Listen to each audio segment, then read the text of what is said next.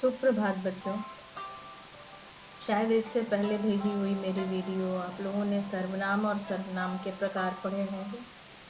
आज हम लोग सर्वनाम और उसके भेद का अभ्यास करने जा रहे हैं। पहला प्रश्न, नीचे दिए गए सर्वनाम शब्द छांटिए और उनका भेद लिखिए।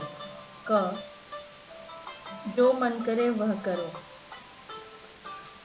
दूसरा, हम बाजार जाएंगे। तीसरा, इतनी मेहनत क्यों कर रहे हो। चौथा, अपना कार्य स्वयं करना चाहिए।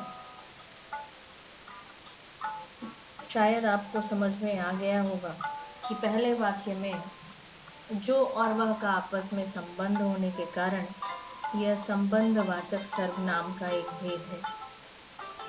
हम बाजार जाएंगे, इसमें हम शब्द पुरुषवाचक सर्वनाम है। इतनी मेहनत क्यों कर रहे हो, क्यों शब्द होने के कारण यह प्रश्नवाचक सर्वनाम है। और चौथा, अपना कार्य स्वयं करना चाहिए, इसमें स्वयं होने के कारण यह निजवाचक सर्वनाम है, क्योंकि निजवाचक सर्वनाम के अंतर्गत खुद, स्वयं इत्यादि शब्दों का प्रयोग होता है। दूसरा प्रश्न, निम्नलिखित शब्दों में उचित सर्वनाम शब्द लिखिए। पहला, राकेश जी डॉक्टर हैं, डैश डैश, गरीबों का इलाज करते हैं। इसमें आप वह भी लगा सकते हैं और वे भी लगा सकते हैं, यदि आप उनको इज्जत देना चाहें तो। इस तरह से ये पुरुषवाचक सर्वनाम हो जाएगा। दूसरा, लता मंगेशकर एक अच्छी गायिका है, डैश डैश, बहुत से गीत गाए हैं। इसमें उन्होंने शब्द आप लिख सकते हैं, उन्होंने बहुत से गीत गाए हैं, ये भी पुरुषवाचक सर्वनाम का ही भेद है। उन्होंने कहा था कि सच्चाई की जीत होगी। अब यहाँ पर आप मैंने भी लिख सकते हैं, उसने भी लिख सकते हैं। इस तरह से ये दोनों ही शब्द पुरुषवाचक सर्वनाम के ही उदाहरण हैं। चौथा, डैश डैश लाठी, डैश डैश भैंस, जिसकी लाठी उसकी भैंस, एक मुहावरा है। यहाँ जिसकी और उसके शब्द होने के कारण ये संबंधवाचक सर्वनाम है। पांचवा प्रश्न, डैश डैश मेरी सहायता की थी। उसने या वह शब्द दोनों ही आप प्रयोग कर सकते हैं, यह पुरुषवाचक सर्वनाम के उदाहरण हैं। छठवां, चाय में कुछ पड़ गया है, यह अनिश्चित वाचक सर्वनाम है। सातवां, डैश डैश तुम्हारी बात पर यकीन करेगा। इसमें आप यदि कौन शब्द लगाते हैं तो ये प्रश्नवाचक सर्वनाम बन जाएगा, और यदि वह शब्द लगाते हैं तो यह पुरुषवाचक सर्वनाम बन जाएगा।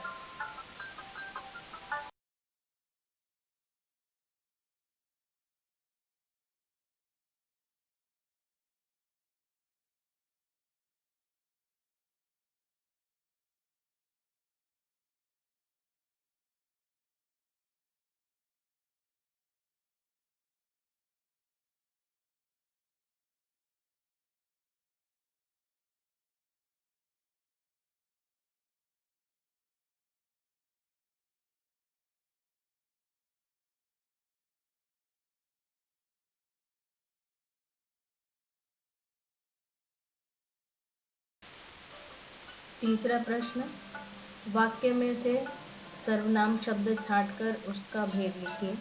पहला, कोई आया था और उसके लिए पत्र दे गया है। दूसरा, आप सादर आमंत्रित हैं। तीसरा, कोई आ रहा है, उसके देखते देखते खेल समाप्त हो गया। मैं पुस्तक पढ़ रही हूँ। पहले तीसरे प्रश्न का पहला देखिए आप, कोई आया था, उसमें कोई शब्द भी सर्वनाम है, क्योंकि यहाँ अनिश्चित संख्यावाचक शब्द का प्रयोग किया गया है। और उसके लिए पत्र दे गया है, उसके शब्द भी पुरुषवाचक सर्वनाम है। आप सादर आमंत्रित हैं, इसमें आप शब्द पुरुषवाचक सर्वनाम है। कोई आ रहा है, इसमें कोई शब्द अनिश्चित संख्यावाचक सर्वनाम है। उसके देखते देखते खेल समाप्त हो गया, उसके शब्द पुरुषवाचक सर्वनाम है। मैं पुस्तक पढ़ रही हूँ, इस शब्द में मैं पुरुषवाचक सर्वनाम है। चौथा प्रश्न, निम्नलिखित वाक्यों में सही शब्द लगाकर शुद्ध कीजिए। पहला, मेरे को विदेश जाना है। हमारे को भी घूमने जाना है। तीसरा, वह को पढ़ने के लिए कहो। यह क्यों ले जा रहे हो। पांचवा, तेरे को पिताजी ने बुलाया है। इसमें पहला देखेंगे, इसको शुद्ध करने में हमें मेरे को शब्द हिंदी के व्याकरण के अनुसार नहीं आता। मुझे विदेश जाना है, यह शुद्ध शब्द होगा। दूसरे में मुझे भी घूमने जाना है या हमें घूमने जाना है, हमें भी घूमने जाना है। वह की जगह उसको लिखेंगे। वह को पढ़ने के लिए कहो ना होकर उसको पढ़ने के लिए कहो। यह क्यों ले जा रहे हो, इसमें इसे क्यों ले जा रहे हो। पांचवा, तेरे को पिताजी ने बुलाया है। तेरे को शब्द ग्रामर की दृष्टि से अशुद्ध माना जाता है। तुम्हें पिताजी ने बुलाया है। इस तरह सर्वनाम को आप बेहतर ढंग से समझ सकते हैं। गृह कार्य, इतना समझने के बाद संभवतः आपको समझ में आ गया होगा कि सर्वनाम और सर्वनाम के प्रकार को किस तरह समझते हैं। पांचवा प्रश्न, ये आपको गृह कार्य के अंतर्गत करना है। उसका पहला प्रश्न है, क, जो अपराधी है वह सजा पाएगा। उसमें आपको सर्वनाम शब्द भी छांटना है और उसका भेद भी लिखना है। ख, आज तुम्हें कौन मिलने आया है। ग, आपका घर बहुत सुंदर है। चौथा, मेरा नाम अभिज्ञान है। प्रश्न छठवां, ये भी आपको गृह कार्य के अंतर्गत करना है। रिक्त स्थान की पूर्ति कीजिए, जिसमें आप सर्वनाम भरेंगे। बाहर जाने को डैश डैश मन नहीं है। ख, वार्षिकोत्सव के मुख्य अतिथि डैश डैश हैं। ग, जैसा बोओगे डैश डैश काटोगे। घ, लगता है यहाँ डैश डैश हो गया है इसलिए बाजार बंद है। अंग डैश डैश मेरी पतंग है। च, कोई भी कदम डैश डैश सोच कर बढ़ाओ। छठवां, कर्मों का हिसाब डैश डैश ही देना पड़ता है। सातवां प्रश्न, निम्नलिखित शब्दों में उचित मिलान कीजिए और उत्तर लिखिए।